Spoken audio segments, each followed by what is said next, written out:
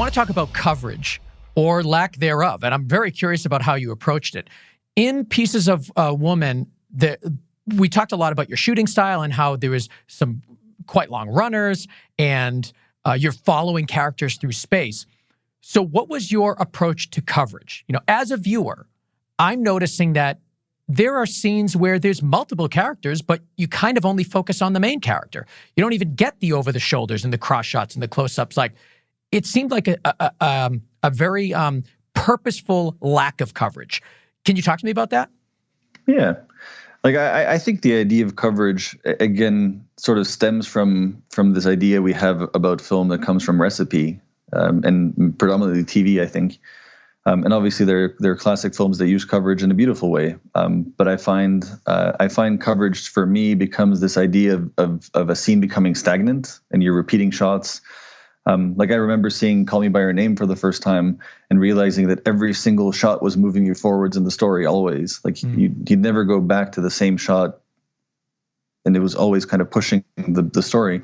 And for this film, it's such a mix of a melodrama, cinema verite. Like there's even like mumblecore elements to it, where in the pre-dinner scene where they're talking about the white stripes, and you're like, what the hell are they talking about? But it was kind of this idea that we really wanted to base our experience in Martha, and all these characters and these family members exist, but they exist in and around her and her energy, and that's kind of what is the trigger for all of it in some ways. So I think the best example is that dinner scene where there is a ton of coverage, and you could have shot that in 92 different shots and angles, and it just felt like we wanted to experience this again in a similar way to The Birth. And this was again a part of the conversation where these two scenes wanted to sort of be on the same pillar and kind of represent one another in some ways. And one was pre, one was post. And obviously this pre-dinner scene leads to the sort of breakdown of the two main characters, the mother and the daughter who loses her child.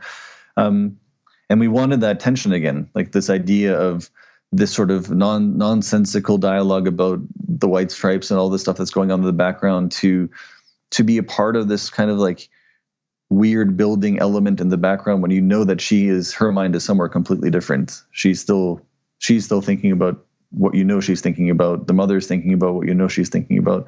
And those two things essentially collide in the middle of this kind of family get together where everybody's mind is on different things. Who made the decision to approach it that way with not having traditional coverage? Was that yours, the director?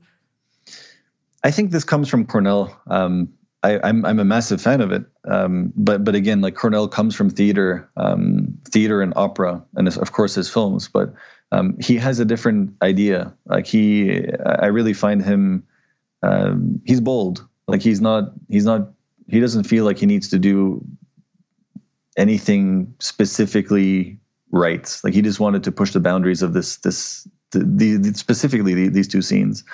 And we both agreed that the notion of being with Martha for the entirety of it, or floating in and around her presence, felt like the right thing. Yeah, I loved the choice personally. I thought it was really great and reflective of that birth scene, and kind of having that pre-birth and then this dinner scene post birth was to me. I mean, I'm going to go down a rabbit hole for a second. I did not see the white stripes conversation as being unnecessary. It felt very necessary to me in a way. Maybe I'm looking too deep into it, but I felt like the whole story was on this idea of bridge building. And that's what the main character, well, one of the main characters, that Sean's character is a bridge builder. And this idea of resonance, when he has his monologue about, the vibrations of different entities working together, but if they're too strong, they can break apart. And for those of you that saw the film, this moment. There are many references to the idea of two things holding something up and then breaking apart.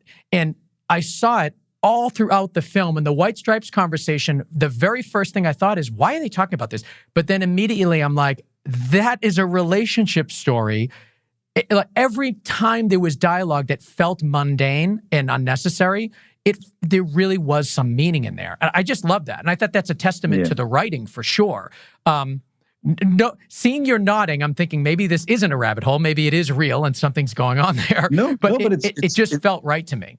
Yeah, and I remember there's a moment where Sean's character is talking about them pretending to be brother and sister, and then and how their relationship is falling apart, and then Vanessa or Martha walks out past him, and I don't think this take was used, but there was a take pre that one where they shared a look in that moment, which was so uncomfortable because you could tell that what was happening in his story was also happening to them, which was beautiful. Yeah. And again, I think for many, it is a nonsensical story and a nonsensical part until you realize what it actually means. But yeah, you're right.